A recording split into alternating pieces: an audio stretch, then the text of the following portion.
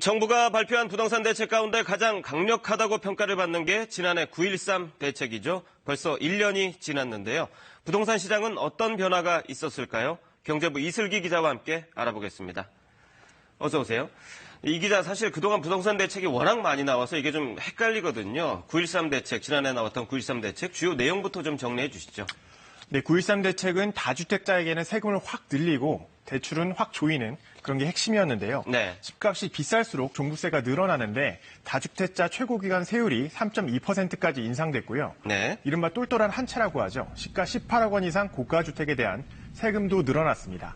과표 기준으로 3억에서 6억에 해당하는 주택에 대해서 0.7% 종부세 구간을 신설한 건데요.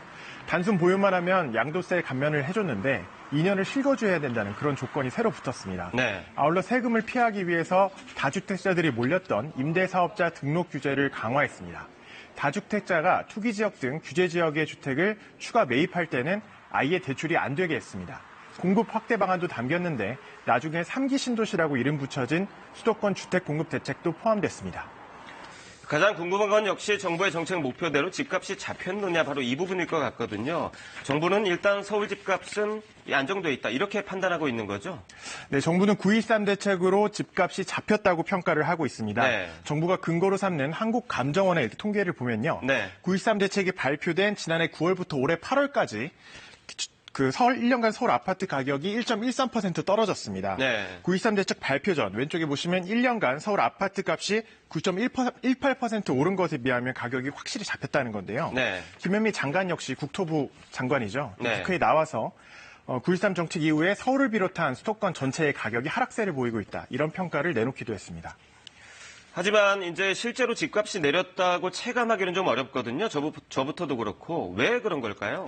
일단 서울 곳곳에서 이른바 신고가, 최고가를 경신하는 사례가 심심찮게 등장하기 때문인데요. 네. 강남구 대치동의 비교적 신축이라고 할 수 있는 한 아파트는 전용 면적 84제곱미터 한 채가 지난달 27억 7천만 원에 거래되면서 기존 최고가를 뛰어넘었습니다. 네. 이게 원래 비싼 강남 신축만의 얘기가 아닙니다. 서울 마포구 공덕동의 한 아파트도 59제곱미터 한 채의 경우 지난해 이맘때쯤엔 8억대였는데 지난 7월에는 10억 원대에 거래가 됐습니다.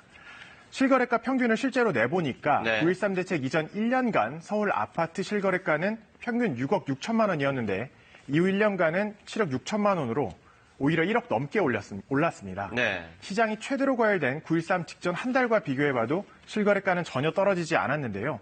다만 거래량은 7분의 1 가까이 급감했습니다. 실수요자들의 얘기를 들어봐도 체감하는 거는 비슷했는데요. 네. 작년에 워낙 가격 상승이 가팔라서 상승세가 조금 꺾인 것 같다 이런 의견도 있었지만 그래봤자 보합 수준이지 하락한 건 아닌 것 같다 이런 의견이 대부분이었습니다. 네. 이 통계와 현실의 차이, 경제 분야에서 항상 있는 일인데 집값의 경우 왜 이렇게 통계와 현실이 또 차이가 나는 걸까요?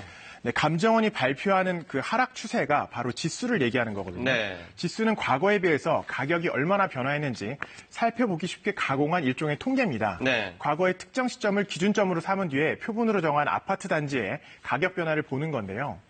표본이 정확하지 않거나 최근 1년처럼 거래량이 줄어들면 신뢰도가 떨어질 수밖에 없거든요. 네.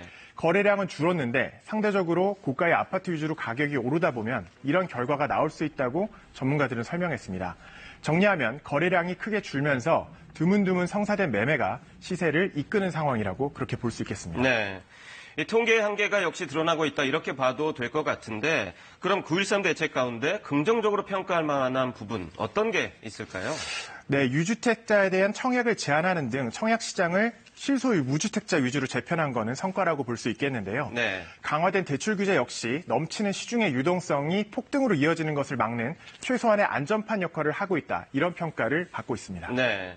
이 9.13 대책이 나온 지 1년여 만에 이제 또 다른 대책이죠. 분양가 상한제 시행을 앞두고 있잖아요. 이게 좀 말이 많은데 예정대로 시행이 되긴 하는 건가요?